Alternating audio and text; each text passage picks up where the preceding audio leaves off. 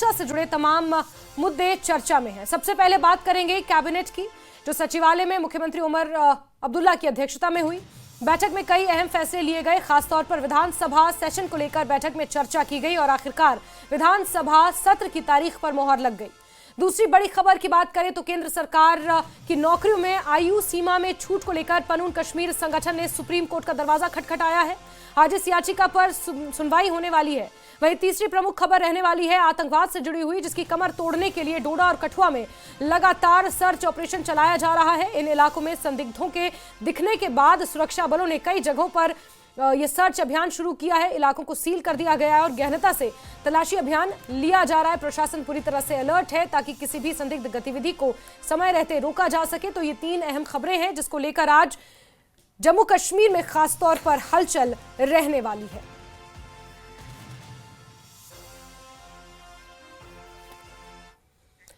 और सबसे पहले बात बड़ी खबर की, जहां श्रीनगर में उमर कैबिनेट की बैठक खत्म हो चुकी है। विधानसभा सत्र की तारीखों पर इसमें मोहर लगी है। 13 अक्टूबर से विधानसभा का सत्र शुरू होने वाला है। 7 दिन का यह सत्र रहेगा। विधानसभा का सत्र जिसकी तारीखों पर मोहर लग गई है, 13 अक्टूबर से विधानसभा का सत्र आयोजित किए जाने की सिफारिश को उपराज्यपाल को भेज दिया है। अब से कुछ ही देर पहले मुख्यमंत्री उमर अब्दुल्ला की अध्यक्षता में यह बैठक हुई, जिसमें कई अहम मुद्दों पर चर्चा की गई और विधानसभा सत्र की तारीखों का इसमें निर्णय लिया गया। 13 अक्टूबर से विधानसभा का सत्र हो सकता है। 7 दिनों का यह सत्र रह सकता है। इसको लेकर उपराज्यपाल को सिफारिश भेजी गई है और संवैधानिक प्रावधानों के अनुसार जम्मू कश्मीर पुनर्गठन अधिनियम 2019 में, जिसके अनुसार विधानसभा के 2 सत्रों के बीच 6 महीने से ज्यादा का अंतर नहीं होना चाहिए। पिछली बार सदन की बैठक 29 अप्रैल को हुई थी। ऐसे में कानूनी प्रावधानों के तहत अगला सत्र 28 अक्टूबर से पहले किसी भी स्थिति में बुलाना जरूरी था। इसीलिए कैबिनेट ने 13 अक्टूबर से सत्र की सिफारिश उपराज्यपाल मनोज सिन्हा को भेजी है। उनकी मोहर लगने के बाद ये तारीखें तय हो जाएंगी। 7 दिनों का ये सत्र होगा और बड़ी बात यह है कि इतनी भारी तबाही और भीषण आपदा के बाद ये कैबिनेट की बैठक हुई और अब ये सत्र आयोजित होगा। और सरोज हमारे सहयोगी सीधे हमारे साथ जुड़ चुके हैं श्रीनगर से। सरोज, इंतजार सबसे ज्यादा विधानसभा की तारीखों का ही हो रहा था कि ये बैठक होगी और इसमें उनमें मोहर लगेगी। सिफारिश भेज दी गई है उपराज्यपाल के पास। 13 अक्टूबर से डिसाइड किया गया कि 7 दिनों का ये सत्र होगा। बिल्कुल सही कहा आपने। जितनी भी आपने अभी डिटेल्स दी हैं हमारे देखने वालों को, बिल्कुल करेक्ट है। आपको बताते चलें कि अभी सिविल सेक्रेटरीट से सीएम उमर अब्दुल्ला और उनके कैबिनेट के मंत्री जो हैं बाहर आए और आज जो ये मीटिंग हुई है, स्पेशल फोकस इस पे रहा है कि असेंबली सेशन बुलाया जाए यहाँ पे। जिस तरह से आपने अभी बखूबी कहा कि अगर हम नए न्यू रीऑर्गेनाइजेशन एक्ट 2019 की बात करें, उसके तहत मैंडेटरी हो जाता है कि आप जब असेंबली सेशन शुरू करते हैं उसके 6 माह के अंदर अंदर ही आपको दूसरा सेशन भी करना होता है। और हमने देखा कि किस तरह से पहले अगस्त जो महीना था उसमें पहले सेशन होने वाला था ऑटम का, उसके बाद पुश होके सितंबर, लेकिन सितंबर भी अब ऑलमोस्ट खत्म हो चुका है और अब अक्टूबर 13 तारीख से लेके 20 तारीख तक डेट डिसाइड की गई है। ये तो हालांकि जम्मू एंड कश्मीर गवर्नमेंट यानी कि उमर अब्दुल्ला गवर्नमेंट की तरफ से एक प्रस्ताव गया है और आज ये प्रपोजल अब उपराज्यपाल मनोज सिन्हा के पास पहुंचेगा, जिसका एक प्रॉपर खाका बनके फिर उसके बाद क्या कहेंगे उपराज्यपाल, क्या उनकी तरफ से कोई डेट्स में चेंज होगा या कोई जगह में चेंज होगा, वो भी डिसाइड होगा कि क्या ये असेंबली सेशन कश्मीर में ही किया जाएगा या जम्मू की असेंबली में किया जाएगा। 29 अप्रैल, बिल्कुल दुरुस्त फरमाया आपने, लास्ट सेशन जो है कंक्लूड हुआ था जम्मू में और 28 अक्टूबर से पहले सेशन होना चाहिए। बिल्कुल सरोज, इसके अलावा ये तो विधानसभा सत्र की बात हो गई। इसके अलावा कैबिनेट की बैठक खत्म हुई क्योंकि बहुत सारे और ऐसे मुद्दे थे, चाहे वो स्टेटहुड को लेकर हो या फिर महराज मलिक की गिरफ्तारी को लेकर हो, बाढ़ और आपदा को लेकर भी लगातार रेस्टोरेशन के कार्य किस तरह से किए जा रहे हैं। मुख्यमंत्री उमर अब्दुल्ला इसको लेकर भी डिटेल्स ले रहे हैं। बीते कल भी निर्देश दिए अधिकारियों को। ऐसे में और कौन कौन से मुद्दे थे जो इस कैबिनेट की बैठक में डिस्कस हुए हैं? बिल्कुल, देखिए सबसे पहले तो जो आपने ये मुद्दे कहे हैं बिल्कुल दुरुस्त फरमाया आपने। एक तो सबसे पहला है कि स्टेटहुड को लेके इशू है, जो सबसे बड़ा इशू है, क्योंकि जिस तरह से यहाँ पे इस वक्त डुअल कंट्रोल चल रहा है, बार बार नेशनल कॉन्फ्रेंस कह रहा है कि जिस तरह से हमें बहुमत मिला है, कहीं ना कहीं लोगों में निराशा है, हम उस तरह से काम नहीं कर पा रहे हैं क्योंकि इस वक्त यहाँ पे डुअल पावर कंट्रोल चल रहा है। तो चाह रहे हैं कि सबसे पहला मसला जो है वो स्टेटहुड का हो, स्टेटहुड रेस्टोर हो।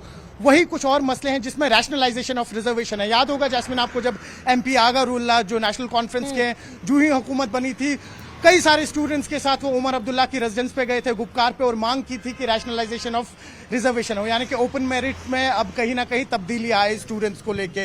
एक इंपॉर्टेंट मुद्दा है। साथ ही साथ हम कहें तो रेगुलराइजेशन ऑफ डेली वेजेस को लेके भी खासा ही डिस्कशन हुआ है, क्योंकि एक बहुत बड़ा मुद्दा था, मैनिफेस्टो में रखा गया था नेशनल कॉन्फ्रेंस की तरफ से कि रेगुलराइजेशन हो उन तमाम डेली वेजेस की जो पिछले 2012 से अभी तक रेगुलराइज नहीं हुआ है। और सबसे इंपॉर्टेंट जो इस बार नेशनल हाईवे पे चलते हुए जो एप्पल ऑर्किडिस्ट हैं या एग्रीकल्चरिस्ट है, उनको किस तरह से नुकसान उठाना पड़ा और उनको किस तरह से मुआवजा दिया जाए। सेंटर को भी अपील की जाएगी, किस तरह से नजरसानी होगी सेंटर की, वो भी इस असेंबली सेशन में आप देखेंगे। और साथ ही साथ सबसे इंपॉर्टेंट जो है वो है जी जी जी जी बिल्कुल सरोज, इस बीच एक इंपॉर्टेंट पॉइंट ये भी है कि इतनी बड़ी आपदा जो जम्मू खित्ते में आई और श्रीनगर के भी, कश्मीर के भी कुछ इलाकों में हमने देखा किस तरह से बाढ़ और बारिश ने तबाही मचाई, एप्पल ग्रोअर्स, फ्रूट ग्रोअर्स को कितना नुकसान हुआ।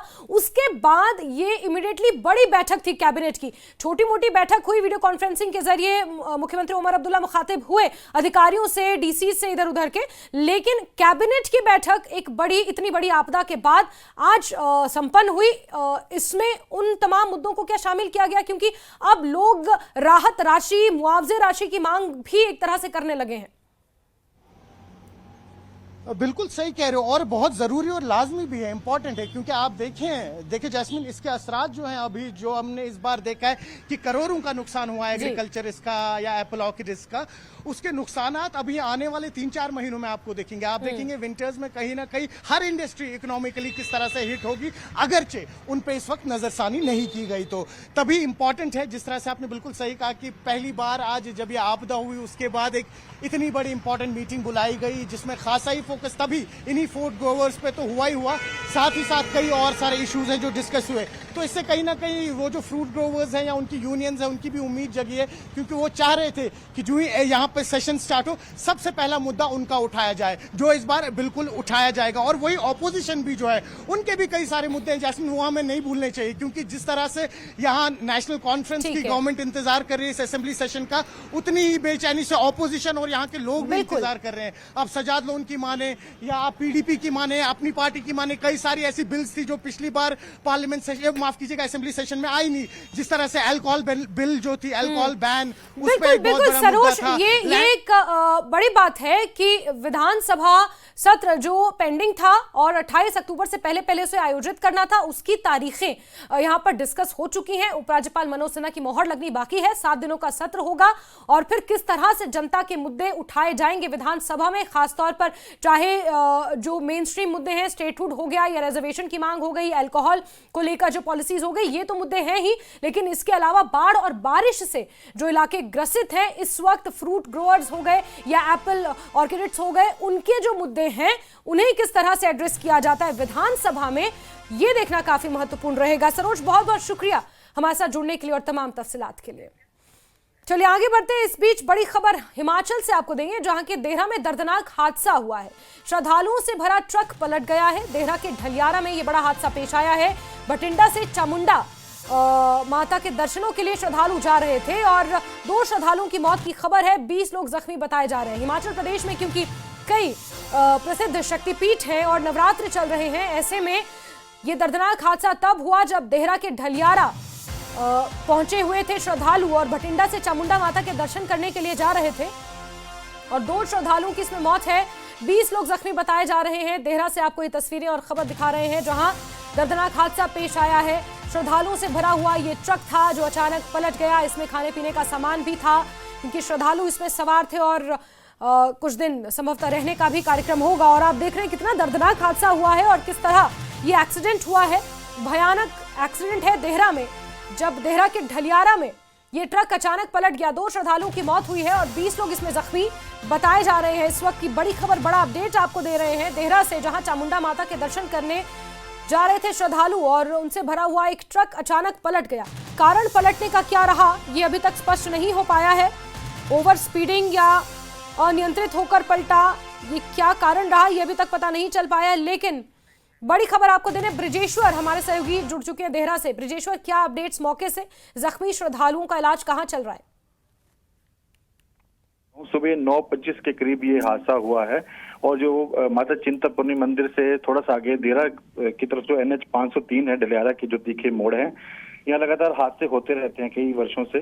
और लेकिन जो ये आज हादसा हुआ, वहाँ यहाँ से एक धर्मशाला से जो HRTC की बस है वो देरा होते हुए होशियारपुर जा रही थी।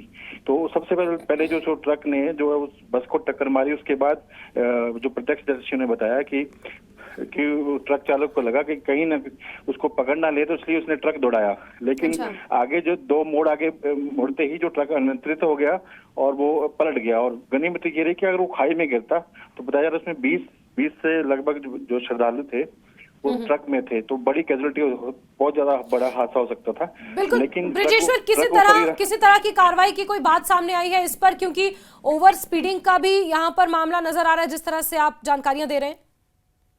SDM देहरा जो है कुलवंत सिंह पोटन और जो DSP और SP मयंक चौधरी वो मौके पर पहुंचे हैं। वो पूरी जांच कर रहे हैं कि क्या हादसों के कारण रहे हैं। जबकि दूसरी तरफ जो है वो जो 20 जो घायल थे उनको तुरंत जो है वो देहरा जो सिविल हॉस्पिटल वहां ले जाया गया। उनमें से एक छोटा बच्चा भी है और 2 लोगों की, एक की तो मौके पर ही, श्रद्धालु की मौके पर ही मौत हो गई थी, जबकि दूसरे की मौत वो अस्पताल पहुंचने में वो, जबकि 6 जो गंभीर घायल उनको टांडा मेडिकल रेफर किया गया है।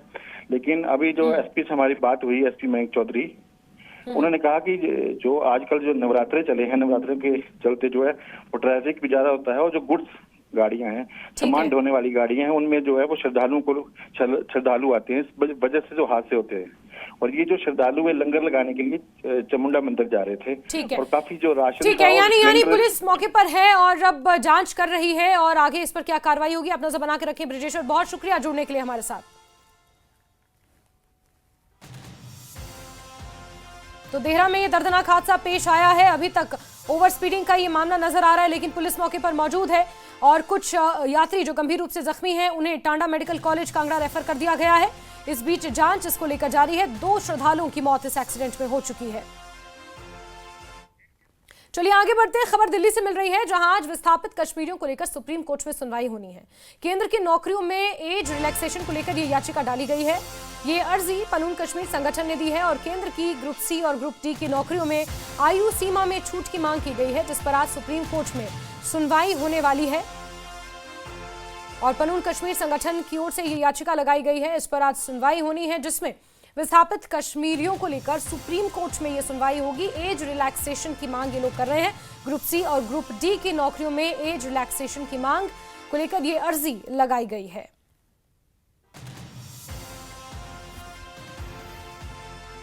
और नौकरियों में आयु सीमा छूट की मांग की गई है सुप्रीम कोर्ट में।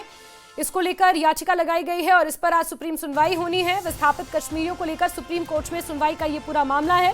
ग्रुप C और ग्रुप D केंद्र की नौकरियों में आयु छूट यानी कि एज रिलैक्सेशन की मांग को लेकर यह याचिका महत्वपूर्ण है। सुप्रीम कोर्ट इस पर क्या निर्देश देता है देखना काफी अहम रहेगा और आज इस पर सुप्रीम कोर्ट में सुनवाई होने वाली है। दिल्ली से आपको यह अहम जानकारियां, अहम खबर दे रहे हैं। ग्रुप C और ग्रुप D की नौकरियों में छूट की मांग को लेकर पनून कश्मीर संगठन, जो कि समय समय पर कश्मीरी विस्थापितों की मांग को उठाता रहता है, उनके मुद्दों को उठाता रहता है और उसी संगठन द्वारा सुप्रीम कोर्ट में इसको लेकर ये याचिका लगाई गई है। खुर्रम शहजाद हमारे सहयोगी जुड़ चुके हैं, सीधे रुक करेंगे खुर्रम का। खुर्रम, कितने बजे सुनवाई होनी है, कितनी अहम इस सुनवाई को माना जाए? देखिए, सुनवाई कुछ ही देर में हो सकती है क्योंकि लगातार जो है वो जो पहले नंबर पर जो दूसरे केसेस थे उनकी सुनवाई चल रही थी, लेकिन कुछ ही देर के बाद इसकी सुनवाई पर यह केस आ सकता है। और अगर देखें तो पनून कश्मीर ट्रस्ट है, उसकी तरफ से दरअसल एक पब्लिक लिटिगेशन याचिका जो है दाखिल की गई थी और इस याचिका में ये मांग की गई है कि केंद्र सरकार की जो ग्रुप C और ग्रुप D की जो नौकरियां हैं उनके अंदर कश्मीरी हिंदूज जो विस्थापित हैं उनको एज में रिलैक्सेशन दिया जाए। आमतौर से जो एज होती है नौकरियों के लिए वो 27 साल होती है, लेकिन अगर रिलैक्सेशन मिलता है तो ये 32 साल तक जो है उनको एज रिलैक्सेशन मिल जाएगा। अगर देखें तो इसमें जो दलील दी गई है, जो पस मंज़र है, जो बुनियादी तौर पर कहा गया है कि जिस तरीके से 1984 का जो सिख दंगा हुआ था जिसमें सिखों को निशाना बनाया गया था, उसके जो विक्टिम्स हैं उनको एज रिलैक्सेशन दिया गया था। इसी तरीके से 2002 में गुजरात जो दंगा हुआ था उसके जो विक्टिम्स हैं उनको भी इस तरह का एज रिलैक्सेशन दिया गया था। जबकि कश्मीरी जो हिंदूज़ हैं, कश्मीरी जो पंडित्स हैं, वो लगातार नाइंसाफ़ी का सामना कर रहे हैं, वो डिस्प्लेस हैं, और अगर उनको आयु में छूट नहीं दी जाती है तो ये एक तरह की नाइंसाफ़ी जो है कंटिन्यूएशन होगा उसको बराबर जो है एक तरह की नाइंसाफ़ी रहेगी। यही वजह है कि इस तरह की मांग की गई है। अब सुप्रीम कोर्ट इस तमाम चीज़ को देखेगा। आर्टिकल 32 के तहत ये याचिका दाखिल की गई है, तो कुल मिलाकर सुप्रीम कोर्ट इस पूरे मामले पर आज नोटिस जारी कर सकता है और साथ ही साथ देखेगा कि आखिर इस मामले को आगे कैसे जो है सुप्रीम कोर्ट सुनेगा। ठीक है, बहुत बहुत शुक्रिया खुर्रम, आप नजर बना के रखें, क्योंकि जैसे कि आपने कहा कि कभी भी किसी भी वक्त इसको लेकर सुनवाई हो सकती है और एक बड़ा निर्णय आएगा। सुप्रीम कोर्ट अपनी टिप्पणी में किन बातों को शामिल करेगा ये देखना भी काफी महत्वपूर्ण रहेगा। बहुत शुक्रिया खुर्रम जुड़ने के लिए हमारे साथ। आगे बढ़ते हैं, कठुआ और डोडा की बात करेंगे, जहां आज भी सुरक्षा बलों का सर्च ऑपरेशन जारी है। कठुआ के मल्हार इलाके में यह तलाशी अभियान चल रहा है। कल इसी इलाके में 2 हथियारबंद संदिग्ध देखे गए थे, जिसके बाद सुरक्षा बलों ने एंटी टेरर ऑपरेशन लॉन्च किया था, जो आज भी जारी है। और डोडा में भी व्यापक स्तर पर यह एंटी टेरर ऑपरेशन चलाया जा रहा है और कठुआ में भी सर्च अभियान बड़े पैमाने पर जारी है। कठुआ के सान्याल हीरानगर का वो इलाका जहां पर कुछ हथियारबंद संदिग्ध देखे गए थे, जिसके बाद से पूरे इलाके को मुहासरे में लेकर सुरक्षा बलों ने यह व्यापक सर्च अभियान शुरू किया था। तो वहीं आज डोडा में भी बड़े पैमाने पर सर्च अभियान चलाया जा रहा है। डोडा में भी पूरे इलाके को अपने मुहासरे में लेकर सर्च ऑपरेशन जारी है। सुरक्षा बल चप्पे चप्पे की गहनता से तलाश कर रहे हैं। आतंकवाद की कमर तोड़ने के लिए, आतंकवादियों की धरपकड़ के लिए जगह जगह समय समय पर एंटी टेरर ऑपरेशन चलाए जाते हैं और इसी एंटी टेरर ऑपरेशन का हिस्सा है जहां कठुआ और डोडा में आतंकवादियों की धरपकड़ के लिए बड़े पैमाने पर ये सर्च अभियान चलाए जा रहे हैं।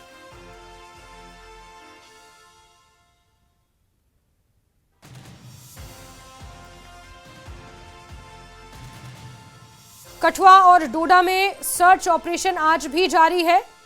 बड़े पैमाने पर यह सर्च ऑपरेशन चलाए जा रहे हैं। बीते कल कठुआ से इसकी शुरुआत हुई, जहां 2 हथियारबंद संदिग्ध देखे गए, जिसके बाद बड़े पैमाने पर सुरक्षा बलों ने पूरे इलाके को सील किया और सर्च अभियान शुरू किया। तो वहीं आज डोडा में भी सर्च ऑपरेशन चलाया जा रहा है। पूरे डोडा को गहनता से डोडा की तलाश की जा रही है। वहां पर बड़े पैमाने पर सर्च ऑपरेशन जारी है। सुरक्षा बलों ने पूरे इलाके को सील कर दिया है। और चलिए सीधे रुख करते हैं, फिरदौस खांडे का इसी खबर पर जुड़ चुके हैं हमारे साथ। फिरदौस, जरा बताएंगे डोडा में कितने बड़े स्तर पर ये anti terror operation, search operation जारी है? जी जास्मीन, देखिए, चाहे जिला डोडा की बात की जाए या जिला किश्तवाड़ की बात की जाए, यहाँ बहुत दिनों से एंटी टेरर ऑपरेशन जो है इन बालाई इलाकों में, इन फार ऑफ द एरिया में, डेंस फॉरेस्ट में, घने जंगलात में जो जारी है। क्योंकि सविज दहार जो भद्रवाह और उधमपुर की बाउंड्री पे आता है, वहां जब एक इंडियन आर्म फोर्सेस का जवान जो शहीद हुआ था, उसके बाद जिस तरह इस ऑपरेशन को जो है, क्योंकि ये एक स्पेसिफाइड ऑपरेशन है, इसको जिस तरह से यहाँ किया जा रहा है इन डेंस फॉरेस्ट में, इन मतलब नेचुरल केव्स हैं, नेचुरल केव्स में जा जाके जो है इंडियन आर्म फोर्सेस जो है, पैरा मिलिट्री फोर्सेस जो है वो जा रही है और सर्च कर रही है, उन गार को सर्च कर रही है और देखा जा रहा है। क्योंकि आपको मैं बताऊं, सविज दहार के बाद जो है जिला किश्तवाड़ के कैशवान इलाके में भी जो है फायरिंग का एक्सचेंज फायर हुआ था। उसके बाद जो है दोनों साइड से गोलाबारी हुई थी। लेकिन आज की अगर बात की जाए, इस पूरे एरिया को जो है सिक्योरिटी फोर्सेज में कार्डन और सर्च में लिया हुआ और जगह जगह तलाशी की जा रही है। मैं आपको बताऊं कि किश्तवाड़ की जिला की अगर बात की जाए, आपने देखा था कि 2 महीने पहले किस तरह से 3 फॉरेन टेररिस्ट को सिक्योरिटी फोर्स ने मार गिराया था। तो आज भी इस तरह की कोशिश हो रही है, क्योंकि अब आज बालाई इलाके हैं, अब जो है नवंबर दिसंबर के बाद इन बालाई इलाकों में, इन पहाड़ी इलाकों में, डेंस फॉरेस्ट में जो है बर्फ गिरने वाली है। उससे पहले ही जो सिक्योरिटी फोर्सेज के लिए एक चैलेंज है, क्योंकि दुश्वार गुजार रास्ते हैं, डेंस फॉरेस्ट है, गार हैं, नेचुरल केव्स हैं, उनमें जाके जो सिक्योरिटी फोर्सेज जो है, क्योंकि सिक्योरिटी फोर्सेज जिस टेक्निक का यूज कर रही है उसमें स्निफर डॉग्स का यूज किया जा रहा है, हाईटेक ड्रोन का यूज किया जा रहा है, हेलिस का यूज किया जा रहा है। और सर्च अभियान चलाया जा रहा है डोडा में और हाईटेक उपकरणों का भी सहारा लिया जा रहा है। साथ ही साथ चाहे स्निफर डॉग हो या फिर डॉग स्क्वाड हो, उनकी भी मदद ली जा रही है। बहुत शुक्रिया फिरदौस जुड़ने के लिए हमारे साथ।